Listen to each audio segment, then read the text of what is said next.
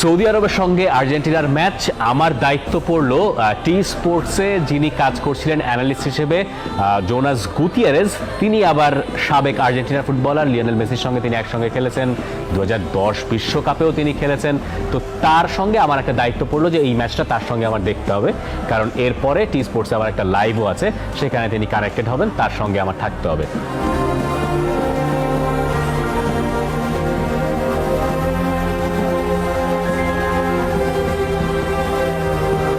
আমি ছিলাম মাঠের মধ্যেই।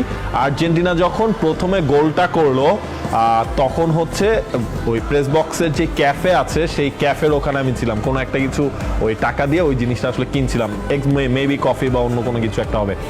তো তখন হচ্ছে গিয়ে সবার চিৎকার দেখে হচ্ছে লিওনেল মেসি গোল করেছে, এবং ওই মোমেন্টটা মনে আছে যে মাঠের সাউন্ড, ওই সাংবাদিকদের সাউন্ড, মানে ওই মিডিয়া বক্সে যারা বসে আছে তাদের সাউন্ড, সব কিছুর একটা অন্যরকম একটা এনভায়রনমেন্ট ক্রিয়েট হয়ে গেছিল যে না, মেসির বিশ্বকাপ, মেসির জন্য বিশ্বকাপ, এই সব কিছু মনে হচ্ছিল যে না, একটা ভালো শুরু আর্জেন্টিনা পেয়ে গেছে। এরপর অফসাইড থেকে মেসির একটা গোল বাতিল হলো, এই গোলটা অফসাইডে ছিল, কিন্তু সব কিছু পাল্টে গেল সেকেন্ড হাফে এসে।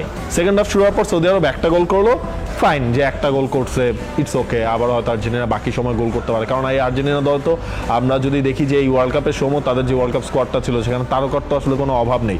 সেই আর্জেন্টিনা যখন সেকেন্ড গোলটা কনসিড করলো, মানে সব কিছু চুপ।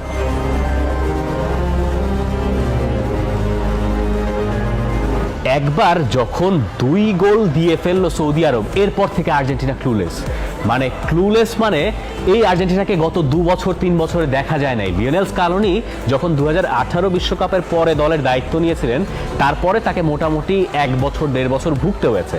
তিনি দল নিয়ে কি করবেন, কি করতে চাচ্ছেন সেটা ঠিক পরিষ্কারভাবে বোঝা যাচ্ছিল না লোকেদের কাছে। ঠিক যেন সেই রূপটা ফেরত আসলো বিশ্বকাপের প্রথম ম্যাচে, অবিশ্বাস্য। এবং আমি জোনাস গুতিয়ারেজের সঙ্গে কথা বলছিলাম, তিনি নিজেও বিশ্বাস করতে পারছিলেন না যে এমনটা কি করে হচ্ছে। আর্জেন্টিনার খেলার ভেতরে ছন্দ নাই, কারো সঙ্গে কারো কমিউনিকেশন হচ্ছে না, কেউ ঠিকঠাক মতো একটা পাসও দিতে পারছে না। এ কি, কোনো আওয়াজ নেই, সব কিছু শূন্য। যে মাঠে যে সৌদি আরবের ফ্যানরা চিৎকার করছে, সেখানে মিডিয়া বক্সে সব কিছু শূন্য, কারণ তখন সবাই ব্যস্ত। আর্জেন্টিনা কত ম্যাচ পর হারতে যাচ্ছে, 36 ম্যাচের আর্জেন্টিনার আনবিটেন রান, সেইটা থেমে গেল।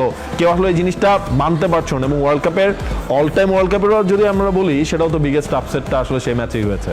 যে দলটা গেছে চ্যাম্পিয়ন হওয়ার প্রত্যাশা নিয়ে, সেই দলটা ফিফা র্যাঙ্কিংয়ে 50-এর বাইরে থাকা এশিয়ার একটা দলের কাছে হেরে গেছে। সেই দলটার নাম আবার সৌদি আরব। নানা কথা শুরু হয়ে গেল যে আর্জেন্টিনার এই দলটা ওই এক কেন্দ্রিক, মেসি পুরো দলটাকে আসলে এক সুতোয় গাঁথতে পারছে না। তারা অনেকেই ম্যারাডোনার সাথে মেসির তুলনা করে বলছিল যে ম্যারাডোনা লেভেলে এখনো মেসি যেতে পারেনি, কারণ ম্যারাডোনা ছিল লিডার একজন, মেসি এখনো কোনো লিডার না।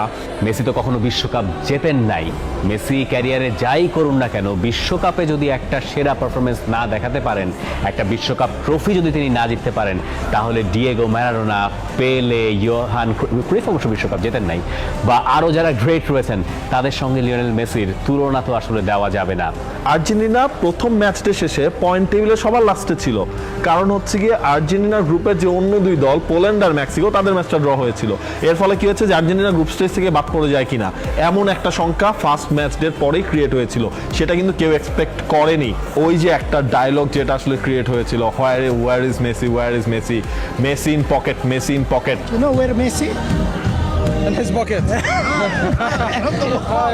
আর্জেন্টাইন সাপোর্টার যারা রয়েছে তাদের মুখে কোনো শব্দ নেই, কোনো কিছু নেই, এবং মানে মনে হচ্ছিল যে ওই আর্জেন্টিনার দ্বারা এবারও কোনো কিছু আসলে সম্ভব নয়। প্রথম ম্যাচটার প্রমাণ হচ্ছিল।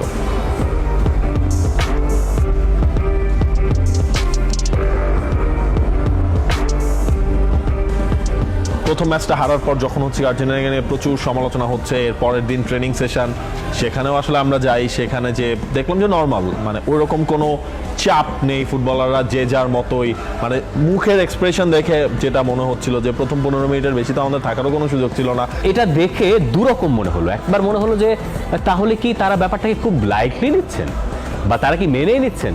আর দ্বিতীয়ত মনে হলো যে না, দলটার ভেতরে স্ট্রেংথই বোধহয় এরকম যে তাদেরকে একটা হার দমাতে পারে না।